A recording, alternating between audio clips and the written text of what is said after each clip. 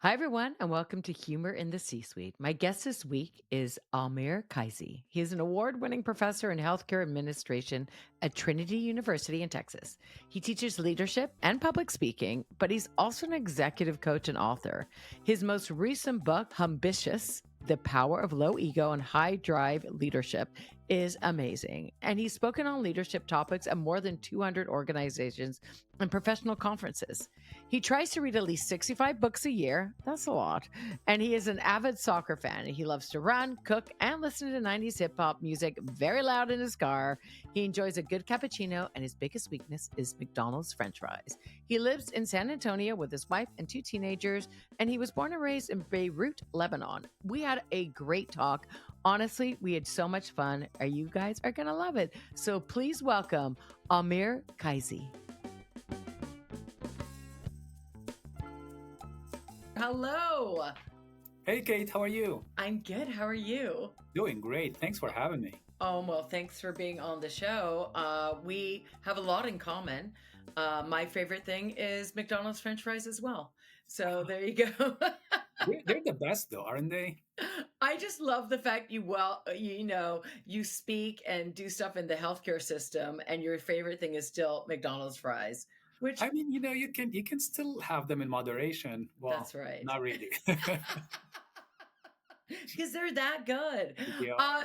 So I thought we'd just start off the podcast by you telling everyone about yourself and what you're doing, because your story is so interesting. So we'll just go from there. Sure, sure. So, I grew up in Beirut, Lebanon, small country in the Middle East. Such a small country, you can fit 60 Lebanons in Texas, which is where I am right now. So Wow. that gives you an idea of the scale. And that was during the civil war in Lebanon, but that's a different topic. Anyways, I had a happy childhood and went to college at an American university and did an undergrad in public health and wanted to become a healthcare administrator. Did a master's, but I've always had that voice in my head that told me to teach. For some reason, I always loved teaching. So I then decided that I wanted to teach, but at the higher level, not at the school level and in higher education, and wanted to get a PhD. So one thing led to another, and I found myself in the middle of the winter in Minnesota pursuing a PhD in healthcare administration. Um, so that's how I came to the U.S. and to get a PhD, and I did. I met my wife while I was there in Minnesota, so it was a really good time, the weather aside. And after that, yeah. Then after that, I was looking for jobs in academia because that's what I wanted to do. And we wanted to get as far as possible from the cold. And I got a job in San Antonio, Texas, at Trinity University, which is where I've been for the last 21 years. So I've loved being a professor. I love teaching, working with students, and all of that. And then at one point in time, I started asking myself, what else can I do in addition to my work in the classroom and my research? And that's when I got introduced to executive coaching and to speaking professionally and to writing books on leadership. So I kind of like been doing that on the side in addition to my work on the university. And it's been so fulfilling, and it kind of like all feeds into each other. So, I speak to leaders, I coach leaders, and then I teach leadership in the classroom, and I write books about leadership. So it's a nice little cycle that feeds into each other. So that's on the professional side. On the personal side, as I said, I met my wife and we got married in Minneapolis, in Minnesota. And then we moved to Texas. We had a girl and a boy, and our oldest is in college now, and our youngest Wow. is a junior in high school. Amazing. A happy fairy tale story. Thank you. I love the fact you were imported. So great. And you know what? I love the fact that, there are many forms of leadership, and having that influence on people, whether it's in the classroom or in the C suite and coaching leaders, it's all a part of having a certain attitude about it. And you really do bring that humor into all those areas, just speaking to you and giggling with you and watching your keynotes as well. So I always like to start off Humor in the C-Suite by asking you what your favorite joke is. Do you have one? Oh, favorite joke. Yeah. Yeah, I have this one joke. So there are those two campers that are walking in the forest, Yeah. and then they see this scary grizzly bear.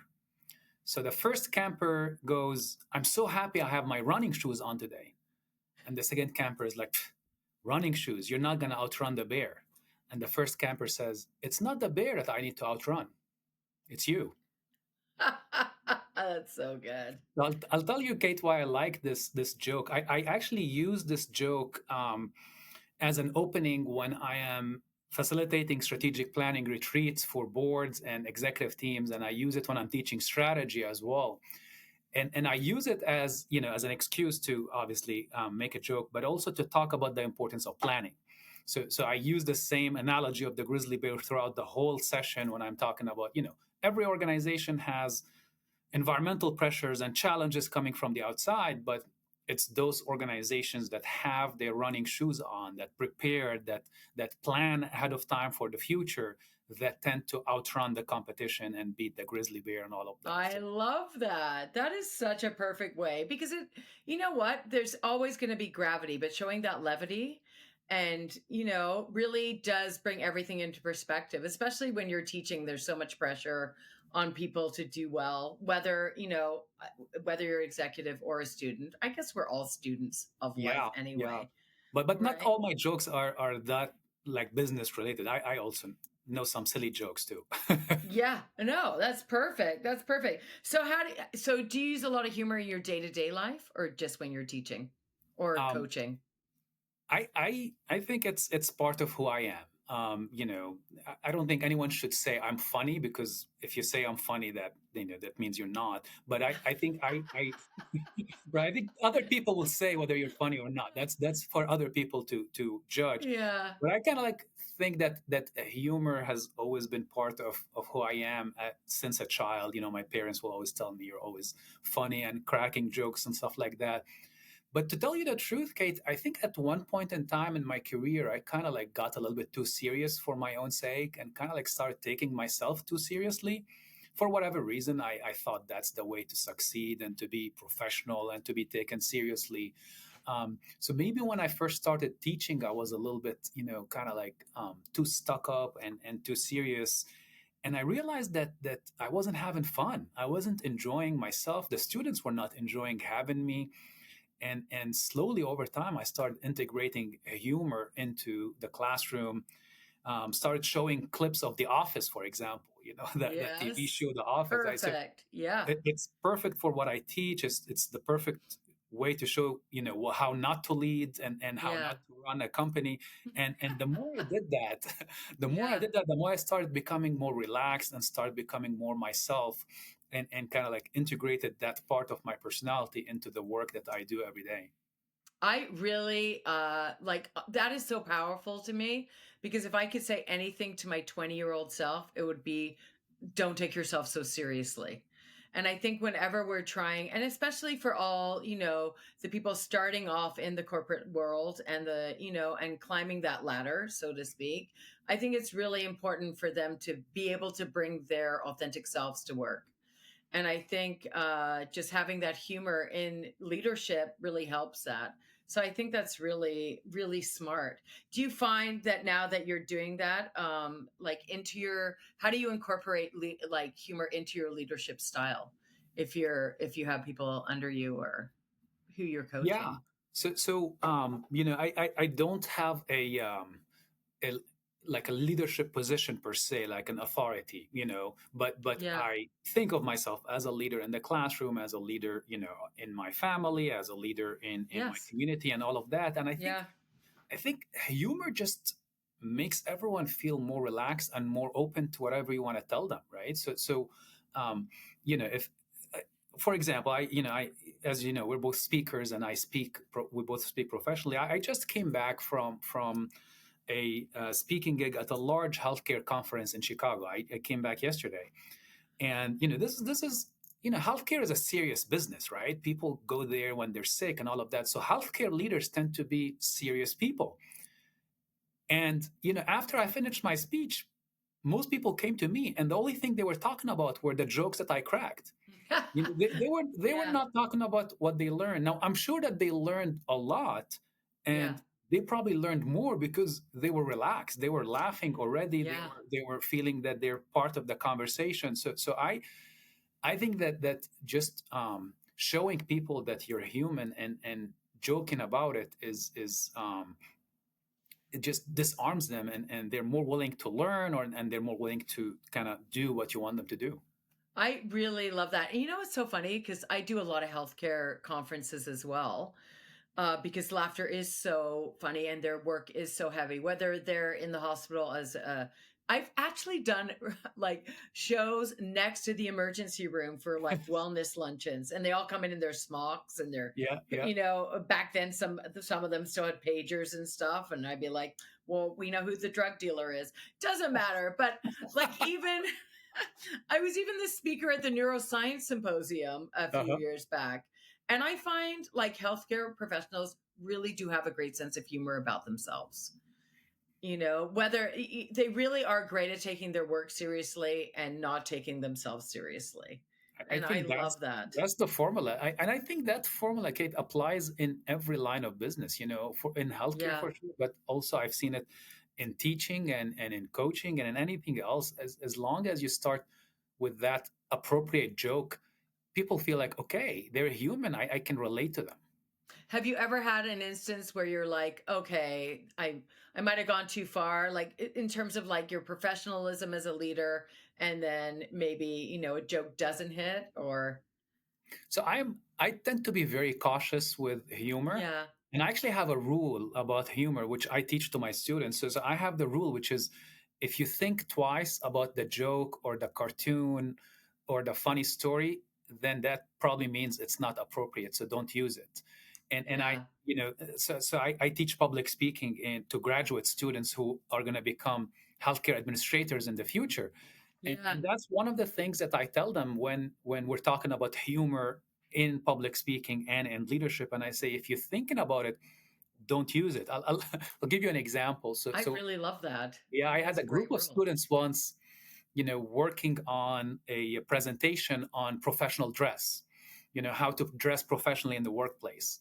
And they know that I like the show The Office. So they kind of reach out to me a couple of days before the presentation. They're like, there is this clip from The Office that we want to include in our presentation.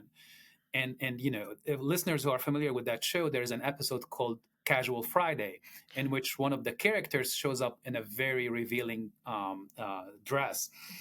Now, so they were asking me about, do you think it will be appropriate? Is this unprofessional? Because she has seen the character is seen sitting, and then some Yeah. parts of her are too revealing, and then they blur it and all of that. And I'm like, so are you thinking about whether it's appropriate or not? They're like, yeah, we're thinking about it. We're not sure. I'm like, that should be your answer right there. If you're thinking if Yeah. it's appropriate or not, it probably is not for a professional setting. So use something else. That's better. And that tends to Absolutely. be like my rule of thumb about humor in professional settings is it has to be something that's not going to offend anyone, and that's not going to cross any lines or any boundaries. And there's plenty of humor that, in my opinion, is good humor that makes people laugh, but it doesn't have to cross lines.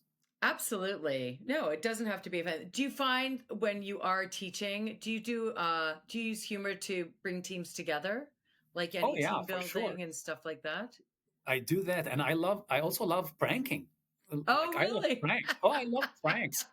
You want to hear one of the pranks we did Of once? course. Okay, all right. So as I said, I teach public speaking, and one of the Yeah. things that I do for the students, because as you know, public speaking is so important for them, especially if you haven't prepared what you're going to talk about. So I have this thing that I do, which I put all the students' names in a mug, and then in class in the morning we pull out a name, and that student has to come to the front of the classroom and present on their feet, you know without any preparation. So it's very nerve-wracking, and it's kind of like a little bit scary, but it's a great exercise for the students. So one of these years, I was doing that same thing, and then I showed to class first day of class. I'm like, all right, we're gonna do speak on your feet. You're gonna have to give this impromptu presentation. I pull a name of the mug out of the mug, and it's a student called Sam. So he was not ready for it, so he got upset. You can tell, his face was red, and he's like, but he Oh, did it. yeah. Okay. And then I put the name back in the mug. That's how it works. So the following week, I go back to the classroom. We're doing it again. And I mix them. And I pull a name, and it's Sam again. So Sam can't believe it now. Like 2 weeks in a row, he's been drawn out of class of 25. He's been drawn. So he's upset. He's not happy with it. But he plays along and he goes up and he presents again. Now, before the third week, some of Sam's classmates come to my office and they're like, we have this idea. How about if we pull a prank on Sam? I'm like, what do you guys have in mind? They're like, would you please like remove all the names and just put 25 Sams in the mug? I'm like, yes, let's do it. Absolutely. So we show up to class and I'm joking around. I'm like, Sam, what do you think? You're going to be drawn again? He's like, no way, no way. 3 weeks in a row, out, 1 out of 25. No way, no way. I'm like, you know what? Just so you believe that we're not messing with this, I'm going to have you draw from the mug. So close your eyes and draw from the mug. So he draws from the mug, and sure enough, he opens it and it's his name. And he's like, I can't believe this. I can't believe. And I'm like, you know what, Sam? Just remove it. I'll have you pull another one. And then he pulled another one, and then he sees that it's name. And then I Yeah. start laughing, his classmates start laughing, and then he realized that it was a prank. So Yeah. I love doing these kind of, harmless pranks on the students, and then they do them sometimes in my class on each other. As long as it's not offensive and it's harmless. I mean, Yeah. why not? Absolutely. And I bet you, Kate, like that day when we did the prank on Sam, I bet you the students learned like 10% more than they normally do, right? Just because they had laughed, they had, Yeah. enjoyed the class, and they were more open to learning. That's so great. I love that story. And you know what? All those people will remember it Of course, probably for their whole lives because it for the rest really of their does. lives. Yep. Yeah, it Yep. really does bring people together. Do you find, in terms of like team collaboration and stuff like that, when you are coaching leaders, how do you get them if they're so serious to be more playful? So what I like to talk about is that idea that you brought up before, which is we can still take our work seriously, but we don't have to take ourselves seriously. I think Yeah. many people might resist humor and joking around in the classroom because they perceive it as, you know, something that's going to make them less focused on the outcomes and the results and all of that. And Oh my and God. My my teachers hated me. My teachers hated me so much. yes, because I bet you and I were the class clown, Oh right? yeah. Like I look back, I'm like, oh God. But But go but on, you know what? sorry. I was the class clown that still got good grades. Yeah, I Kind of like wasn't. to prove a point. Just to prove a point that you can joke around and still be still get good outcomes. But anyways, I was just talking to an executive this morning Yeah. talking to an executive who was telling me that we were talking about his plans for the future, and he wants to become at a higher level executive, senior vice president and CEO and all of that. And he was sharing that he was a bit concerned that his approach might not work. He said that he likes to joke around, he's very casual, people are comfortable with him. And he's like, when I look at the top executives in the organization, they're not like this. They have this thing called executive presence, and what they say, they mean what they say, and they say what they mean. They're like, do you think I should become like them to become an executive at the high level?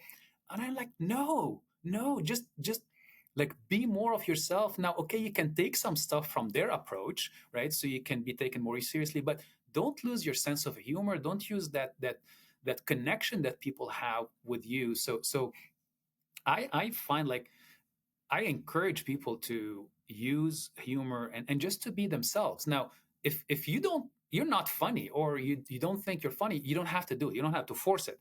But if it's part of your personality and you enjoy doing it, then please keep on doing it. And I think people trust you more and find you more approachable when you do that. Because you I that's amazing, but do you find because you are working with so many different generations because of your teaching, does it has it changed a lot? Because I always remember leaders being very, intimidating and serious and all this, and I think it has changed a lot, and I think it has to in order to retain this generation who's coming up. Absolutely. I think that leaders in the past used to take themselves very seriously, and used to think that, cracking a joke, or even talking about something from their private lives means that they're, not being taken seriously anymore. And the new generation will not tolerate that. Absolutely. Will not tolerate that leadership style, that top down, very traditional leadership style. And I find that what the new generation is demanding from all of us, not just from leaders, but also from professors and teachers and everyone, Yeah. and parents, they're demanding more authenticity, Yeah. right? They want to know who the real you is. Yes, And absolutely. like, even with, I don't know if you find that with your kids, but even with my kids, like, you can't play the "I'm your parent" card anymore and do as I say. They're like, they're not buying that, right? They No. they want to, they like, they want the real human being to Yeah. talk to them and kind of like convince them logically why they should do something, and Oh my that we were requires you to be yourself. terrified of my mom, like, terrified of my mother growing Yes, up. Oh yes. my if we got that look, we knew, like, she was a moment away from losing it, Yeah, I know. I try you to do know? that look with my kids now, and they start laughing when I do the They look. just I They agree, don't I take it know. seriously. Yeah. Yeah. Do you find that you have to because you were and you're still teaching, even though you're Hmm. keynoting a lot. Do Yeah. you find that your curriculum has changed like a 180 like in terms of like everything you're teaching them in terms of leadership because it is so different or I find that we need to talk more now about the so-called soft side of leadership, the yeah softer traits of leadership, and honestly, that's what the research supports. Like, all the research supports that to be an effective leader right now, you have to be a human, you have to be humble, you have to be, compassionate and empathetic and kind, and all of these things. So the yeah curriculum has to change. Absolutely, we can't be teaching leadership like it was taught 30 or 40 years ago, for sure. yeah which is why you wrote your book Absolutely. so Yeah. Humbitious, is that right? Yes, ambitious, humble and ambitious. I love that. Oh my gosh. I'm just making up rhymes in my head. Okay, let's Uh, hear them. Let's hear them. absolutely not. Oh my gosh. Wow, way to put me on the spot. You know what? I don't know about you, but when I first started comedy, I'd always think of the comeback in the car on the way home. So I'm gonna have to work on my rhyme for your book and bootylicious that back to you. So that's Love it. so bad. Oh my gosh. Do you have any tips for young people coming up who want to, all of us want to become leaders and, a lot of us are just certain people in our lives. Do you have any advice you'd like to give young people or not even young people, just people, in terms of business and being in that work environment, whether it's in the C-suite or not, just any humor advice you could give them? Sure. And I'll start first with something kind of related to humor, but not humor, and then we'll get to humor. And my Yeah. advice always is, you got to know how to lead yourself before you even start thinking about leading others. Like, if you don't know yourself, Mic for the drop. listeners, Anyway. Kate is doing the hand motion for me there. Uh, I mean, how can you even think of leading one other person if you still don't know yourself? If you're still not able to manage yourself and to lead yourself? So I always start with self-awareness. Know what you're good at and what you're not good at. And we all have things that we're good at, and we all have things that we need to work on. And you know, do that through self-reflection, do that by getting feedback from other people, do whatever you can so you have this accurate view of yourself. And part of that will be, are you someone who is naturally funny or not, right? It's important to know that. Are you someone who enjoys humor or not? Because some people, small minority, don't, and you don't have to force it. There's nothing worse than being too serious than someone who is forcing the humor on others, like, like cracking jokes when it's not appropriate or when people are not, in a mood to listen to those jokes. So I'd say know yourself first, and then start by understanding the people that work with you, and kind of like it all goes back to what we call emotional intelligence, right? Understanding yourself, managing yourself, and then understanding others, and managing others. And it sounds so simple, right? We say it like this and it's like, yeah, but it's so hard to implement. That's why all this stuff is hard, and that's why there are so many executive coaches these days. Yeah. Well, all my favorite leaders are really good at pointing out their own weaknesses and going, okay, I'm going to get someone who's really great at that to help me with that. And I'm the person, I will ask so many questions if I don't know. And people are always like, what are you doing? And I'm like, I I'm not shy about asking questions. And I'd rather be, a small fish in a big pond and just learning everything. And I Yeah, think that's, humble, I guess. that's Or exactly what I noted was going to now that I say. just said it. That's exactly what I was going to say. Yeah, I know you're bragging about your own humility, but but it is humility, Kate. It is humility. Saying I don't know, but I will find out. That Yeah. is one of the signs of humility. Is, in academia, if you want to talk fancy, it's called Yeah. intellectual humility, which is knowing what you don't know. And Yeah. how important is it to know what we don't know in every aspect of life, and then asking questions and figuring it out? Yeah, no, absolutely. Do you find there are a lot of personal benefits for you in terms of using humor in your life? For sure. I mean, I think it opens doors. I think it disarms people. I think um, people just enjoy working with you more. I mean, Yeah, why not? If you enjoy it and it comes naturally to you, and you get some feedback from it, why not? And as I said, there was a period in time in my life and my career where I didn't embrace it for whatever reason. I mean, as recently as 3 or 4 years ago, I was doing a speaker training program, okay, with other speakers. yeah, And for some reason, I had convinced myself that I need to be, that serious person that goes on stage and just educates people and all of that. And one of the other speakers who knew me personally was like, "Why are you doing that on stage? Like, you're not yourself." And I said, yeah, "But yeah, that's who I am. I'm not that funny." And she said, "What do you mean you're not that funny? Like, when we're outside, when we're having dinner, when we're hanging out, you're always so funny." And then a yeah, light bulb came in, and like, I can be more funny on stage. I can bring in more of my own personality, and I will enjoy it more, and other people will enjoy it more. So it's a yeah, win-win. yeah. Because I watched your reel and it's sprinkled with jokes, which I And love. it's been something that I'm learning to embrace more and more Yeah, over time, and the more um, positive reaction I get from it, then the more I integrate a little bit more and integrate a little bit more. So it's been gradual yeah, over time, but yeah, it's been totally worth it. And now I'm doing stuff that I'm learned from you. Like, oh, you're gonna enjoy this. So for the listeners and the viewers who don't know this, so Kate gave us a workshop on comedy and how to integrate jokes into our speeches and presentations. And one of the many things I learned from it was the callback concept. yeah, Where you say something at the beginning and then you bring it back towards the end. So yeah, this last presentation that I gave, which I was just talking about to the group of healthcare leaders, I did a couple of callbacks. And I was so proud of myself that I told the audience what I'm doing. I'm yeah. like, I love guys, it. comedians call this a callback. and Oh my and I've gosh. learned it recently. And I said to them, if I do it again, just yell callback.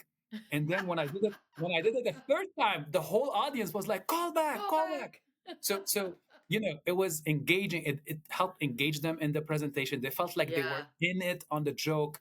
And yeah. it's something that I enjoyed doing. They enjoyed it. So thank you, That's Kate. That was fun. great advice. I love that. And you're like a magician revealing our tricks, you know? Yeah, you can But the like break down whatever they call that, the fourth wall, and all of that. You bring in, like, the yeah. audience is on your side. Like, Yes, one of the absolutely. one of the people who were attending that talk came to me afterward, and they said, like, when you did that, when you brought the audience. Now, I don't like to brag, but what the expression that they use is they were eating from your hands. Yes. And that's what happens when you try to use humor effectively, is people are with you, they're on your side. That's it. Yeah. Whatever you're trying to do, whether you're trying to teach them something or you're trying to lead them through a difficult situation, they're going to be on your side. Absolutely. I totally agree. And you know what? There are even if you don't have a great if you're not a great joke teller, there's always ways that we can sprinkle in humor. Whether it's like just sending people funny memes or a little joke of the day, that you heard. There's so much content out there that is appropriate, that we can share with each other and bring that little bit of levity, whether it's a PS at the end of an email. A lot of times I'm like, I drank too much coffee today, type this really fast, whatever it is. And that's just so dumb, but so you could be like, I'm on my second thing of fries already or whatever. See, call Yeah, back. Doesn't yeah, matter. I love it. I love it.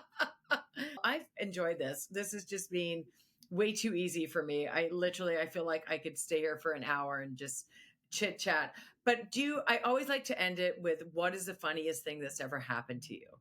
Mm.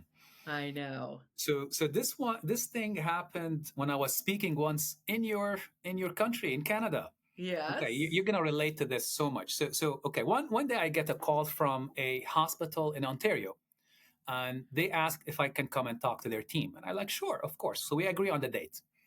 Following day, I get a call from another hospital saying, we heard you're coming to speak at our sister hospital. Can you come the following morning and speak at our hospital? You're gonna be here anyways.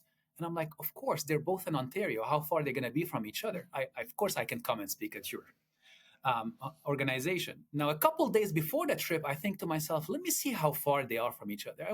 Ontario, it's all the same state, right? Province. So I look at them and they're 5 hours and a half away from each other. Yeah. So I start thinking, how is this going to work logistically? Because the first one is in the evening and the second one is the following morning. I'm like, 5 hours and a half. I don't want to drive in Canada in the middle of the winter and the road. I don't know. So I call and I ask and I call the organizers. I'm like, is there a flight that goes from one place to the other? It was from Thunder Bay to Dryden. Okay, Oh God. for people who know the geography. So they're like, yeah, actually, there is a flight that goes there, and it leaves early in the morning. It will get you there on time. All of that is good. I'm like, okay, fine, I can do that. So I book my flight, and then I show up at the airport the second morning. I did my first presentation in the morning. I show up at the airport, and I'm ready to go. Now I'm waiting in line at the airport for coffee, and there's this guy in front of me who looked like he's 19 at most. Okay, long hair, wrinkled shirt, cracking jokes, loud, obnoxious, just being himself. I'm like, okay, whatever. And then we go to the gate, we walk to the plane, and this tiny little six-seater plane, it's a propeller plane, very small plane. And the guy who was in front of me is standing there. He's the pilot. He's gonna be the one flying us. Oh Now, my gosh. my first clue should have been, I should have known it wasn't that great, because I'm sure you know the name of the airplane, Is it of the bear skin air? it's bearskin And K. we call it scare skin. It Scare was skin this air. Okay, so it was the scariest Oh, flight in my life, it's because like an old Greyhound bus that's a plane. That's how it felt to me. I've done that flight. that is the perfect description. And for that 30-minute ride, it was so bumpy. I was so scared just thinking that my life is in the hands of that guy who was standing in front Yeah. of me. Yeah. And then I get to the other place, I still have to present, Yeah. right? I still have to perform. And I have diarrhea and I throw up No, before it. you And were that all of that is scared. because I'm thinking to myself, I have to get back on that flight to go back. So I think that's one of the funniest slash scariest things that happened to me. Yeah, I've done that flight, my friend. Yeah, scare skin air. And all the people call it that. And I'm always amazed about how young nowadays, now that I'm getting older, how young pilots and doctors look. And I I'm took my sure that dog guy to the was not 19, but he looked 19 and oh behaved yeah, 19. absolutely. Took my dog to the vet the other day, and the vet looked like she was 12. I'm like, how are you making this much money at 12? No, When did you it was start going to just, school? yeah, exactly. All right, Doogie Howser. Who she wouldn't even know who that is. Doesn't matter. Oh my gosh, that is so funny. Yeah, I've been on that terrifying flight. I'm glad, but you made it. You're here, and Made it. Yeah. you know, and you helped. Yeah, Ontario's. You know what's so funny? Because I've taken a train across Canada, and from Ontario to Thunder Bay, like just at the border of Ontario, is a whole day. And then to get through three other provinces or states, as you guys call them, is in one other day. And then to get through the mountains is another day. But that is how, and that's not even our whole country. That Yeah. is how big our country is. So it's pretty incredible. It's huge. Thunder Bay, though, I had. Did you have the Persian donut in Thunder Bay? Yes, I have had the That's what they're Persian famous donut. for. Yes, that is Go figure. exactly. Persian donut in Thunder Bay. Well, there is pineapple on pizza was invented in Chatham, Ontario. Who would have thought that? So Yeah, probably the Italians are like, that doesn't make sense. It doesn't for matter. sure. Amazing. You have been such a gracious guest. Oh, I'm so thank you. grateful. Thank you. And honestly, thank you so much for being I on Humor in appreciate the that. C-Suite. And Amazing. you're a natural at this. It looks like you've had this podcast for 10 years. I know Oh my it's gosh. only the first few episodes, but it looks like you've been doing this forever. So thank you for I'm going to that. I keep really that in enjoyed there for sure. it. I'm gonna write my book, not so humbleicious. No, I know it's not humbleicious, but it is to me. All right. Thanks so much. My pleasure. Thank you.